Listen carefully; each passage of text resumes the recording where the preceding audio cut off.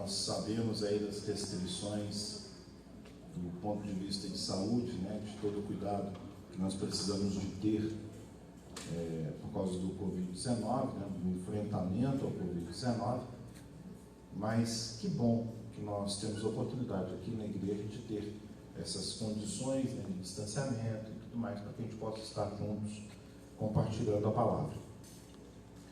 Hoje eu vou fazer a conclusão, né, do que nós começamos a falar na semana passada. Nós estamos falando sobre congregar, né, e comunhão. E semana passada nós falamos sobre por que a igreja, né? Falamos sobre Jesus ter estabelecido uma relação específica com a igreja, mostramos que Jesus é a pedra angular que sustenta de cima para baixo a igreja.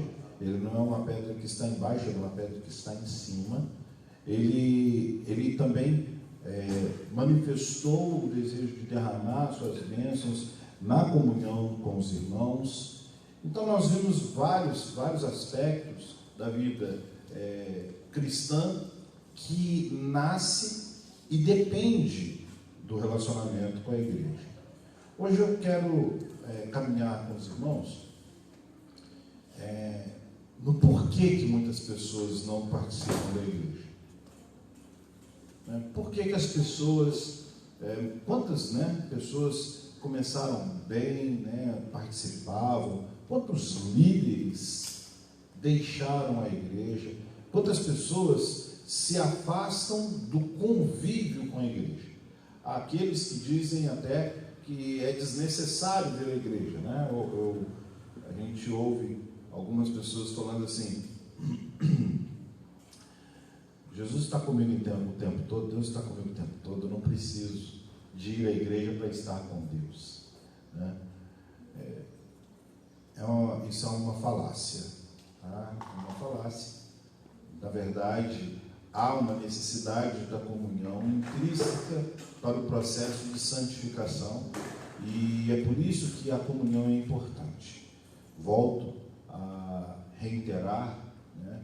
Existe um movimento muito grande de que os cultos e as programações aconteçam na internet, que por isso, porque você está com tanto conteúdo na internet, a comunhão é desnecessária, porque você pode ser abençoado lá na sua casa.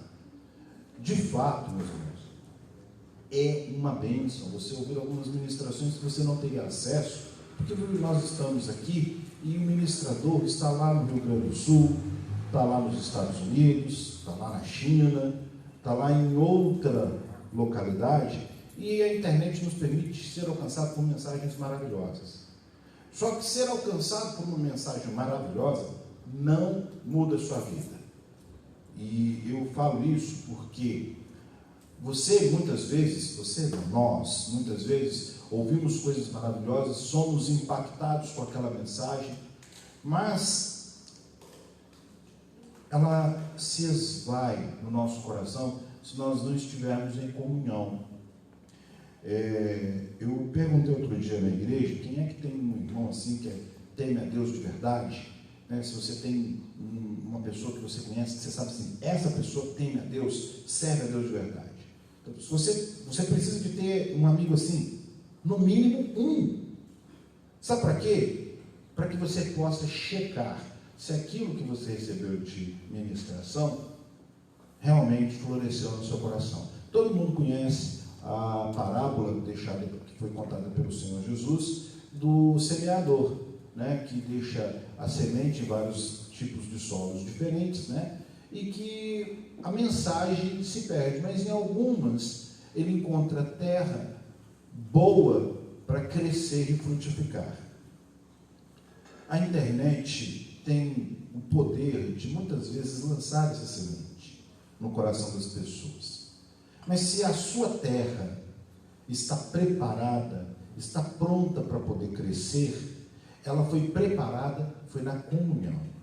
A internet não vai preparar seu coração, sabe?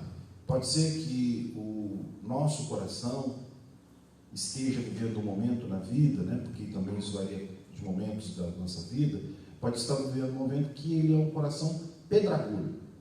Então você ouve, se chora com a mensagem. Oh, que bênção, que linda!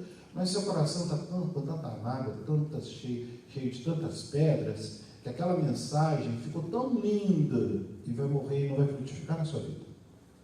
Outras vezes, você vai ouvir uma mensagem, né, chamando você para uma transformação, e você vai dizer, nossa, que bênção, eu vou mudar de vida, eu vou crescer nessa área. E aí, no dia seguinte, as dificuldades da vida, Satanás e todas as coisas, roubam aquela palavra e você se esquece dela. Por quê? Porque o teu coração, o meu coração, tem que ser o tempo todo revolvido, mexido, moldado, cutucado. E isso a internet não consegue fazer. A gente só consegue fazer na comunhão com os irmãos. E nós vamos entender hoje que as pessoas mais importantes nesse processo, com o desenvolvimento do caráter cristão na nossa vida, são as pessoas problema.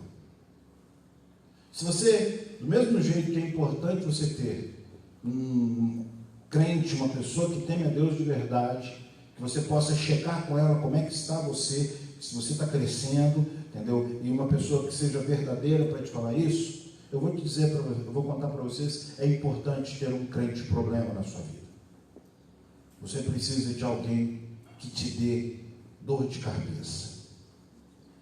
Parece triste, mas é verdade.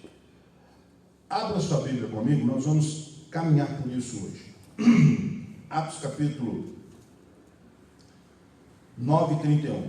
Nós vamos ficar muito no livro de Atos hoje, tá? Atos é um livro interessante, porque ele foi escrito, presume-se que por Lucas. Lucas é o mesmo escritor do Evangelho de Lucas, e ele teve o cuidado de relatar as histórias do primeiro momento da igreja primitiva, né? Assim chamada. Atos, capítulo 9, no verso 31, diz assim: assim a igreja tinha paz por toda a Judéia, Galiléia e Samaria, edificando-se e caminhando no temor do Senhor, e no consolo do Espírito Santo crescia em número. Pois bem, esse texto me chama a atenção por causa de uma só palavra. A igreja tinha paz. Olha que coisa absurda. Quando a igreja começou, né, quando os novos cristãos se organizaram no formato de igreja, daqueles que foram chamados para fora, né, foram convidados a se retirarem das sinagogas, nós comentamos na aula passada, as pessoas que havia paz, eles não eram perseguidos, eles estavam tranquilos, mais ou menos como nós temos a igreja hoje. Ok? Nós temos paz. Não pode ter culto por causa de Covid-19? Isso não é perseguição. Não. Nós temos paz hoje. A igreja primitiva tinha paz. Só que essa paz não durou muito, né?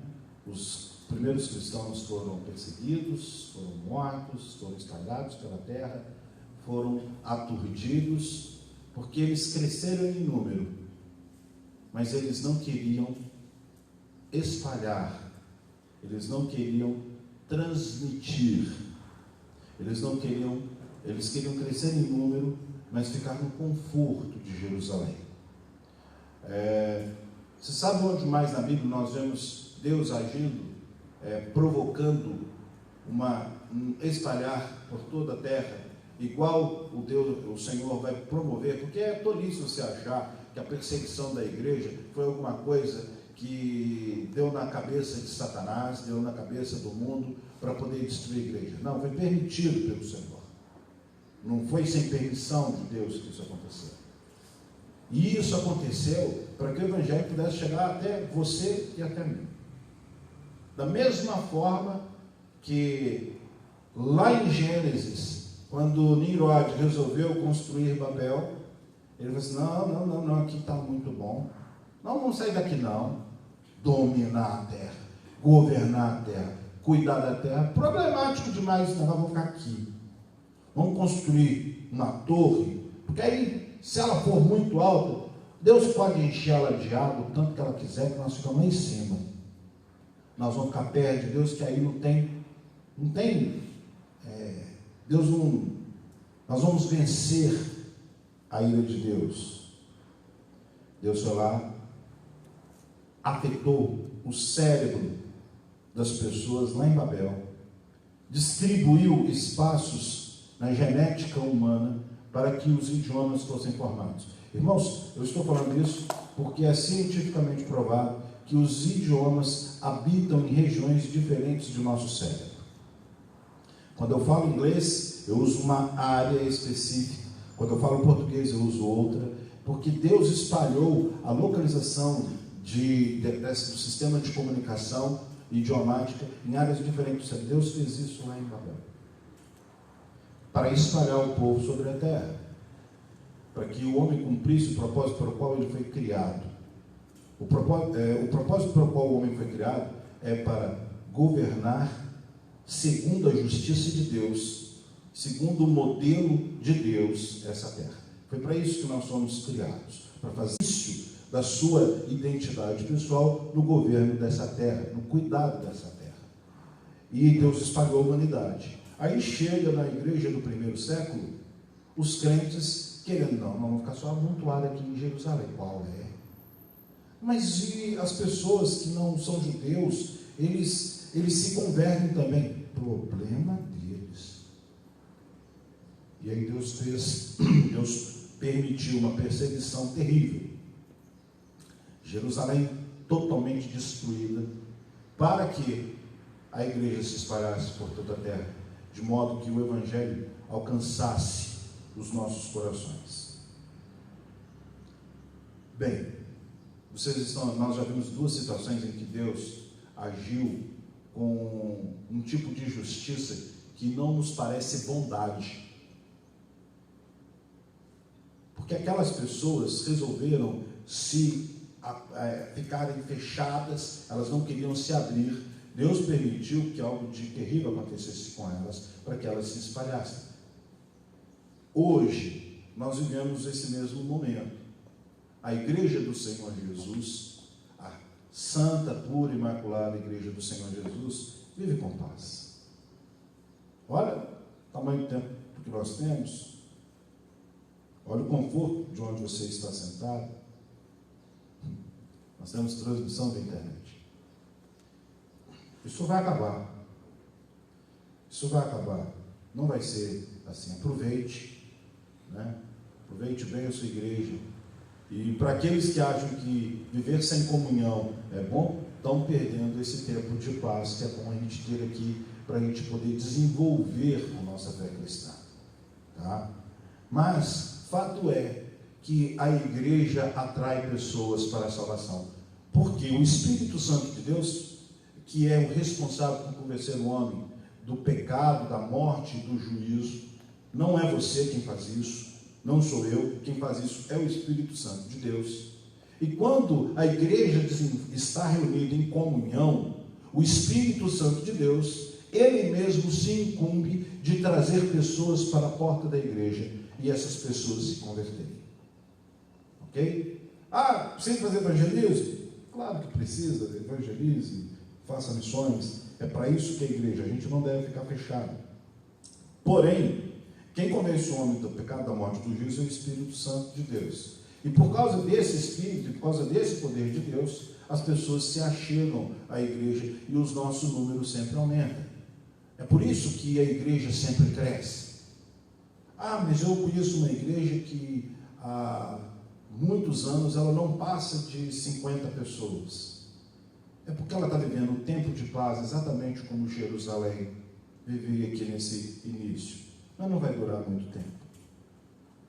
Da mesma forma, se nós também não entendermos isso, a nossa paz também não vai durar muito tempo, porque Deus vai nos espalhar. Mas a questão da da igreja se espalhando e crescendo é outra escola dominical, não é essa. Importante hoje a gente entender é que Deus está interessado nessa comunhão, Deus está interessado que nós tenhamos essa comunhão. Atos, nós lemos 9:31, agora você vai passar uma paginazinha para frente, no 11:26. Olha só que coisa interessante, 11:26. E quando o encontrou, levou-o para Antioquia, e durante um ano inteiro se reuniram naquela igreja e ensinaram numerosa multidão em Antioquia. Os discípulos foram pela primeira vez chamados de cristãos. Então a palavra cristão foi cunhada em Antioquia, onde percebeu-se que um grupo de pessoas haviam criado um padrão ético, um padrão de comportamento baseado na vida do Senhor Jesus Cristo, e esse era o modelo de vida deles, e eles viviam naquele modelo, e esse modelo passou a ser chamado de cristão, ou cristianismo. Foi a primeira vez que o termo foi produzido. Então, eu e você podemos viver um cristianismo, o cristianismo, se nós observarmos esse padrão, ok? Esse padrão. Só que esse padrão de cristianismo ensinado pelos cristãos, por nós, tem algumas coisas que estão fazendo pessoas saírem da igreja. Por que então, se a gente vem para a igreja, a gente vive o padrão de Cristo, a gente vive o modelo de Cristo, por que algumas pessoas vão embora da igreja? Por que existem pessoas, por que existem desigrejados? Esse é um bom termo. Por que existem desigrejados? Por que existem pessoas que, profundos conhecedores da palavra de Deus, pessoas que sabem profundamente as Escrituras Sagradas, que temem a Deus, que servem ao Senhor, que vivem até uma vida santa, e mesmo assim o coração deles foi afastado do convívio com a igreja?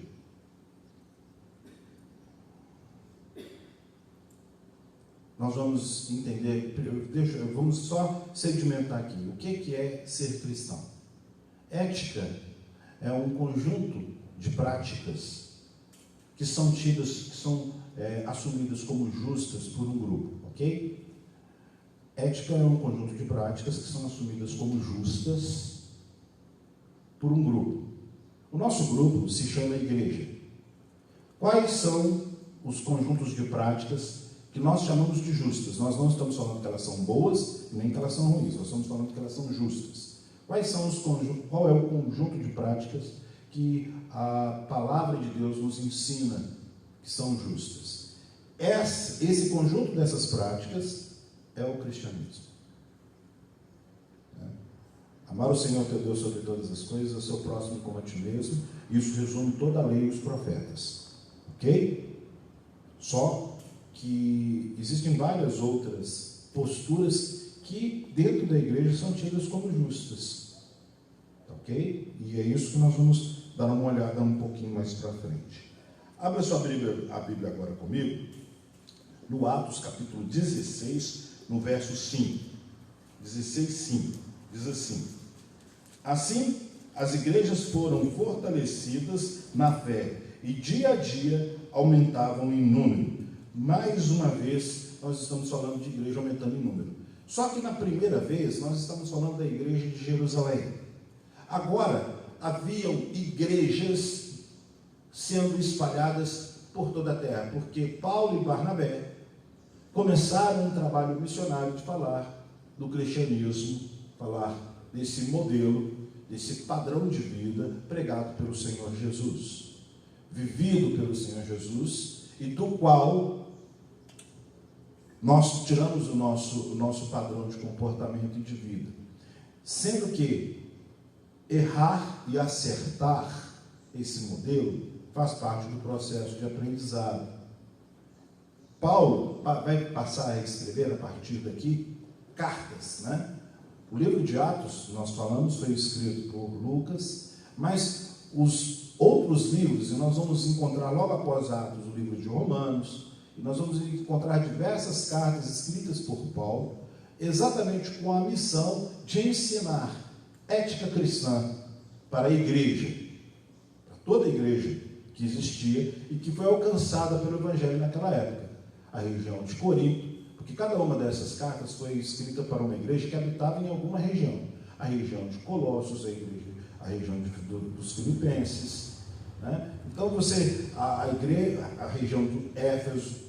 Então as igrejas que estavam colocadas nessas regiões receberam as cartas de Paulo com o objetivo de estabelecer e de simplificar o entendimento daquilo que era o padrão da vida cristã. Então, se nós queremos saber qual é o modelo cristão que nós devemos viver, nós temos que observar na Bíblia. Nós temos que olhar a Bíblia para poder saber esse modelo, tá? Para podermos entender esse modelo. Mas só que muitas vezes nós vamos para a igreja, ao invés de observarmos o modelo da Bíblia, o modelo cristão, nós olhamos o modelo do irmão do lado. Nós olhamos o modelo da pessoa com quem que nós encontramos na igreja. Ou então nós olhamos o modelo do cristão que está na outra igreja, que não é nem a sua. E nós assustamos eventualmente. Porque algumas pessoas vêm para a igreja e... Perdão, deixa eu corrigir, não algumas.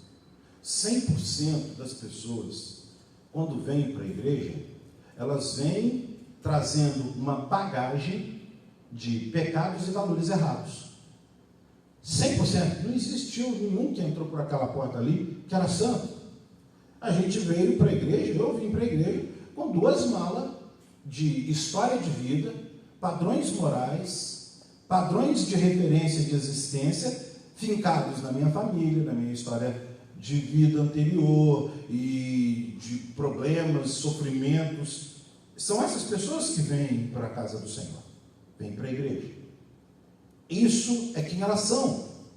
Só que elas foram alcançadas pela ministração da palavra. O Espírito Santo tocou-lhes o coração, transformou e fez com que eles quisessem mudar de vida, e o coração deles foi alcançado. E aí nós temos uma coisa feia, que é preguiça. O cara que é assaltante, ele converte, ele para de roubar. O cara que mexia com coisas erradas, criminosas, ou todo tipo de erro, né? Ele para com aquilo por causa da vida cristã. As pessoas que se envolvem com prostituição, jogatina, bebedices, elas se aproximam de Cristo, elas abandonam isso. Mas tem uma coisinha que as pessoas não largam, que se chama preguiça. Então, porque as pessoas chegam para a casa de Deus, chegam para a igreja, e são preguiçosas, elas não leem a Bíblia, elas não oram, ok? Eu estou contando para vocês o porquê. Todos nós temos dificuldade de ler a Bíblia, todos nós temos dificuldade de desenvolver hábitos positivos do ponto de vista cristão e para o nosso próprio crescimento. O nome disso é preguiça, sem desculpa. E aí é mais fácil, ao invés de ler a Bíblia, ouvir a pregação só do pastor. Aí o pastor prega no culto, e depois você na sua casa, você não pega e checa, não lê a Bíblia, entendeu? E na hora que você vê uma coisa, olha, o pastor falou isso aqui, mas tinha isso aqui, vou conversar com ele. Não volta lá nele e fala assim, pastor, eu li isso aqui assim, e depois eu li isso aqui, tira essa dúvida. Entendeu? Preguiça. Crente preguiçoso. E porque a gente é preguiçoso, nós só queremos observar, né? Porque eu não preciso nem de pensar. Aí eu começo a construir um padrão ético dentro de alguns lugares que não tem absolutamente nada a ver com a vida cristã. Quantas vezes eu ouvi as pessoas falarem assim, eu falava assim, olha, você não deve fazer isso porque isso é pecado. E aí a pessoa vira para mim e fala assim, mas o irmão assim faz. Como se a justiça dele viesse do pecado do irmão.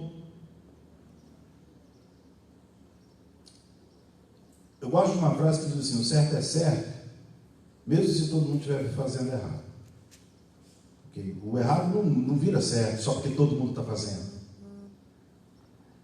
Só que muitas vezes é isso. A gente começa a construir um padrão ético dentro da igreja, dentro do convívio com os irmãos, baseado no que eu observo dos outros, e não do checar da palavra de Deus. Em Atos capítulo 17, nós vamos ver um comentário sobre um grupo de cristãos de uma região chamada Bereia. Bereia era uma região onde os crentes, quando ouviram anunciar do Evangelho, você sabe o que eles foram fazer? Eles foram conferir se o que ensinaram para eles era exatamente do jeito que foi falado. Por isso foram chamados de crentes excelentes. Eu acho que o meu erro foi de ter olhado a palavra excelência e achado que a preguiça passava desapercebida. Mas não.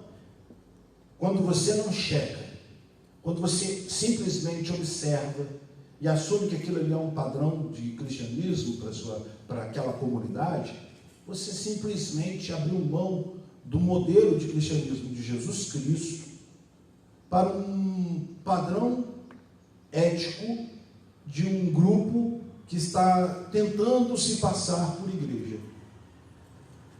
Mas não é igreja.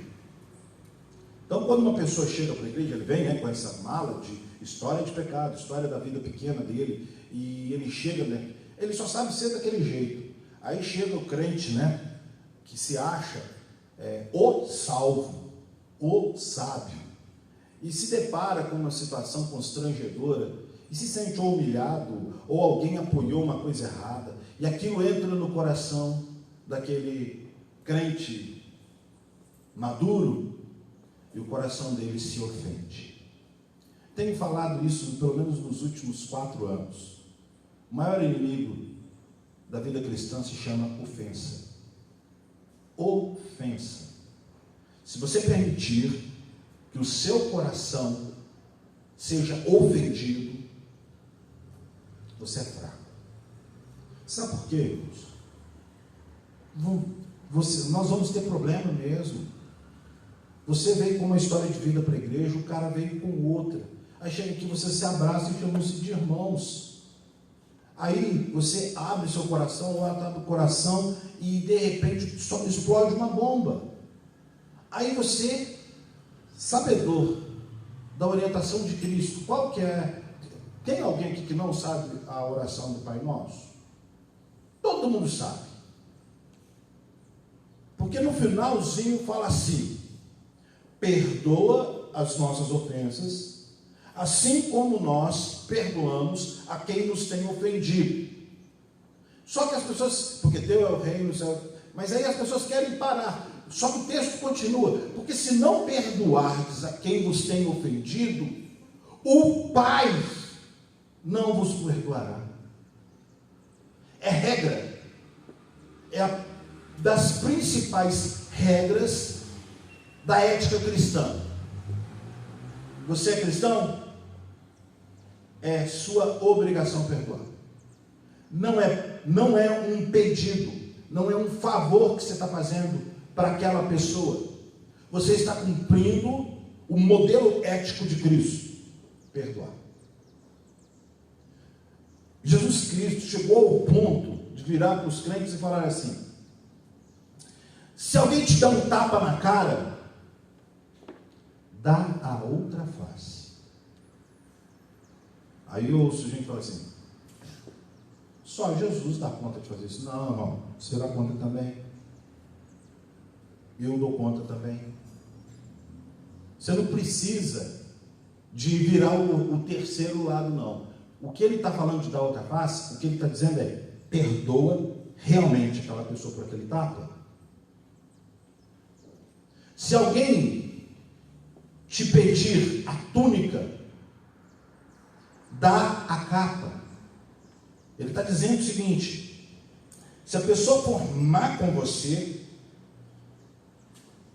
não tenha a maldade dela como gerador em você de violência e dá o troco. Mostre para ela que há mais em você do que simplesmente uma túnica. Por isso você dá a capa. Quando ela fala assim, olha, se te pedir para caminhar uma milha, vai com ele 2.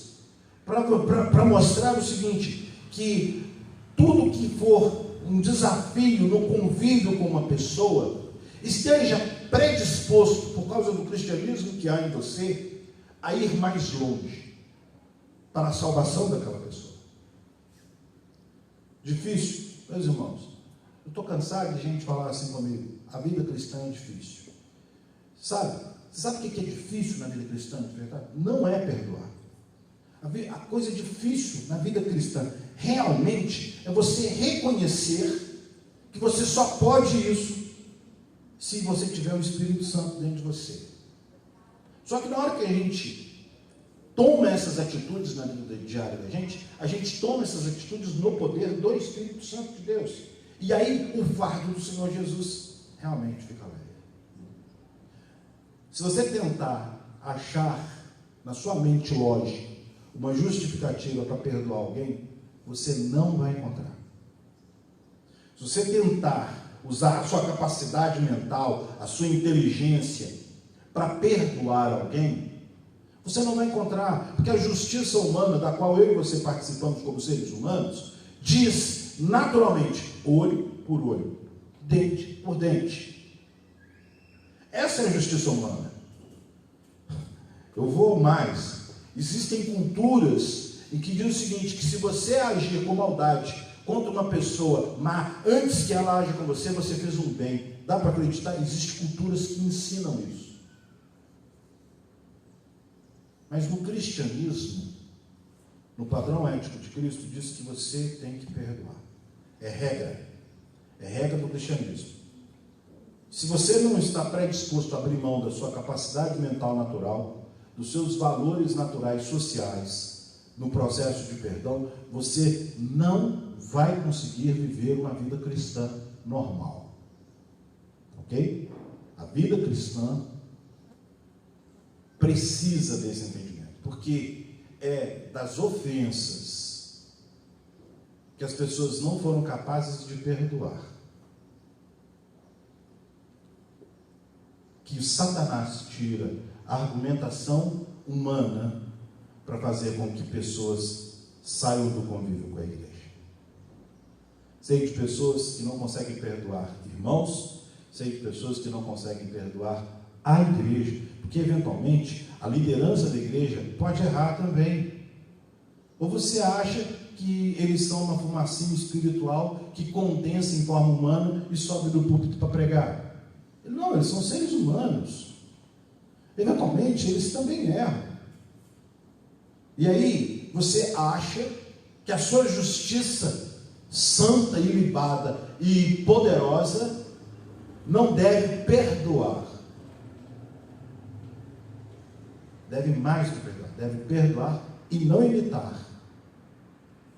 Seguir o modelo de Cristo, que perdoou até na cruz. Perdoou até na cruz. Porque na cruz, o Senhor Jesus falou assim: Pai, perdoa-lhes porque eles não sabem o que fazem.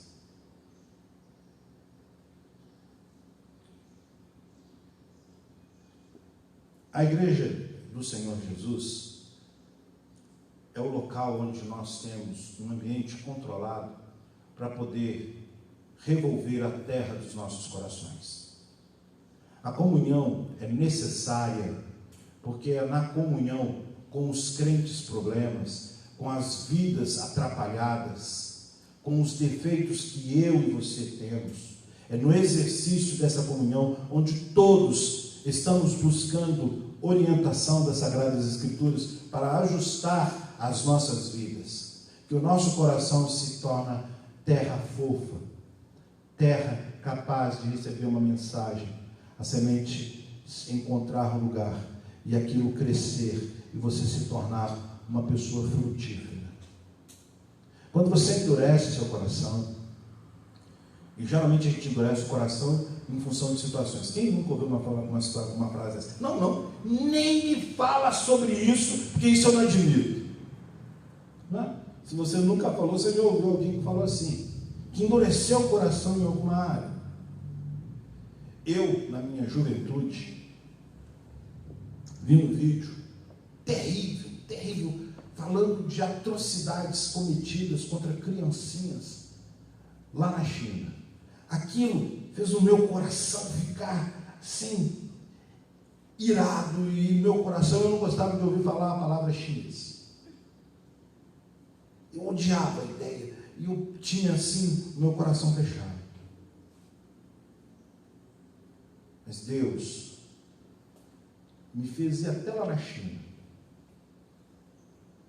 me pôs dentro de uma igreja lá na China. Eu fui lá, entrei num culto e ouvi irmãos em Cristo chineses assistirem uma pregação de 3 horas. Irmãos, eu já não estava aguentando mais ficar sentado, não tinha posição na cadeira mais para mim. Quando o pastor deu a bênção apostólica, para que as pessoas iam sair da igreja, eu levantei de um pulo, achando, graças a Deus, terminou o culto. E eu vi uma igreja inteira se ajoelhar para orar, para poder ir embora. E eu fui, sentei cabisbaixo, encolhidinho, e depois eu vi os crentes se agruparem para poder checar se aquilo que o pastor havia ministrado estava condizente com a ministração, porque eles não tinham oportunidades outras para poder compartilhar. Aquele era o momento deles com as Sagradas Escrituras. E eu fiquei por quase 4 horas e meia naquela igreja. E o Espírito Santo no meu coração falou assim: eu amo a China, eu amo os chineses, e os chineses me amam.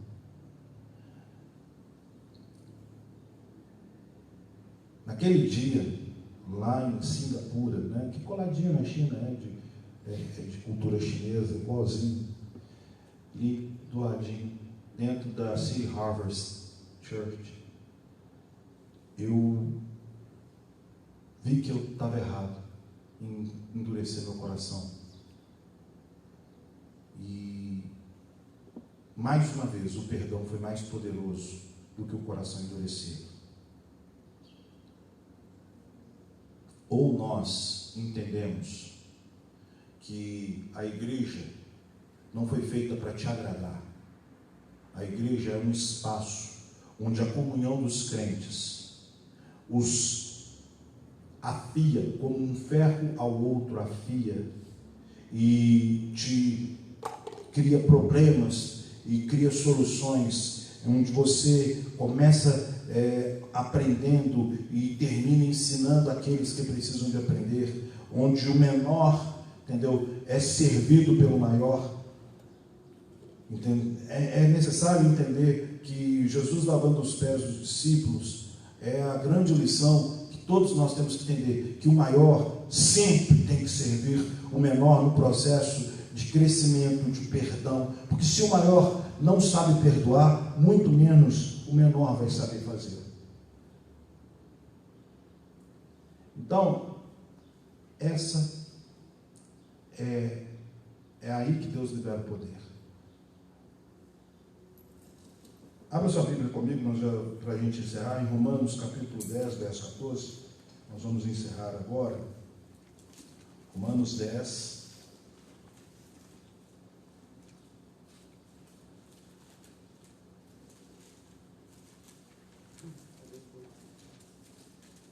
Verso 14, diz assim: como, porém, invocarão aquele que não creram? E como crerão naquele que nada ouviram? E como virão se não há quem pregue? E como pregarão se não forem enviados? Como está escrito: conformosos são os pés dos que anunciam boas novas. Mas nem todos obedeceram ao Evangelho. Pois Isaías diz: Senhor, quem creu em nossa pregação? E assim, a fé vem pelo ouvir, e ouvir pela palavra de Cristo. Mas pergunto, será que eles não ouvirão? É claro que sim. Quando você anuncia o Evangelho, quando você fala do amor de Cristo, as pessoas se convertem. Porque o Espírito Santo está interessado em mudar, melhorar e fazer o ser humano se aproximar da identidade de Deus. Aí ele vem para a comunhão. E se você não estiver preparado para o convívio com crentes imperfeitos, Satanás vai encontrar uma desculpa para plantar uma ofensa no seu coração e te roubar a comunhão e tornar todos os crentes da face da terra crentes de internet, sem comunhão. Porque sem comunhão, seu coração não vai ser revolvido, treinado, nem experienciar o perdoar. Porque basta ao discípulo ser como o seu mestre. E o nosso mestre Jesus não fez nada maior por você, nem pela humanidade, que não estivesse associado à palavra perdão. Entendeu por que comunhão é importante? Entendeu por que Deus estabeleceu a igreja como um lugar para a gente ter comunhão? E por que assistir uma ministração pela internet deve ser uma bênção, mas você não pode abrir mão de ter comunhão com a família de Deus? Vamos ficar de pé, vamos orar? Salmo 133 diz assim: ó quão bom e agradável a Deus, irmãos, de reunião. E depois, no encerramento do texto que fala sobre as bênçãos de Deus, ele fala assim: porque a fogueira precisa de brasas para estar acesa, e uma brasa fora da fogueira, ela se apaga muito rapidamente. Baixe a cabeça. Ore por alguém que você sabe está vivendo a dificuldade de voltar para a comunhão. Nós não somos perfeitos, e eu tenho para mim que nós não conseguiremos ser perfeitos. Mas Paulo diz que sem santificação ninguém chegará a Deus. E santificação diz especificamente sobre estar melhorando, pouco a pouco, por menor que seja, mas está em progresso espiritual, em progresso no seu caráter, na sua ética cristã, da sua vida cristã. Você precisa de progredir nesse sentido. E isso a gente só consegue com a comunhão. Senhor Jesus, muito obrigado pela tua igreja, que foi poderosa, Senhor Deus, e que é poderosa para nos dar o maior de todos os presentes que a vida cristã pode nos dar, que é a comunhão. Obrigado pelos cultos nos lares, obrigado, Senhor Deus, pelas igrejas que se reúnem apesar de perseguições, obrigado, Senhor Deus, pelas igrejas, ó Senhor Deus, familiares, pelas igrejas pequenas, pelas igrejas grandes. Ó Pai, obrigado até pelos crentes problemas, ó Senhor Deus. Peço a Ti, Senhor Deus, sabedoria para que todos nós possamos entender que todas essas situações, todas essas crises que existem dentro da igreja são instrumentos do Senhor para nos amoldar, para melhorar o nosso próprio caráter, para nos formatar segundo o modelo do Mestre, segundo o Teu modelo, Senhor Jesus. Te peço que Teu Espírito Santo esteja desenvolvendo em nós o caráter cristão, e o nosso comportamento, a nossa ética, seja 100% baseada nas Sagradas Escrituras, e que as pessoas que nós observarmos ao nosso redor sejam alvo do nosso amor, do nosso perdão, porque esse é o mandamento: amar uns aos outros como nós nos amamos. E o Senhor ainda nos ensinou perdoar para sermos perdoados. Muito obrigado, Senhor Jesus, porque o Senhor tem primazia nessa casa, na casa do Senhor, na igreja. Muito obrigado, Senhor Jesus. Amém. Nosso culto vai começar agora, irmãos.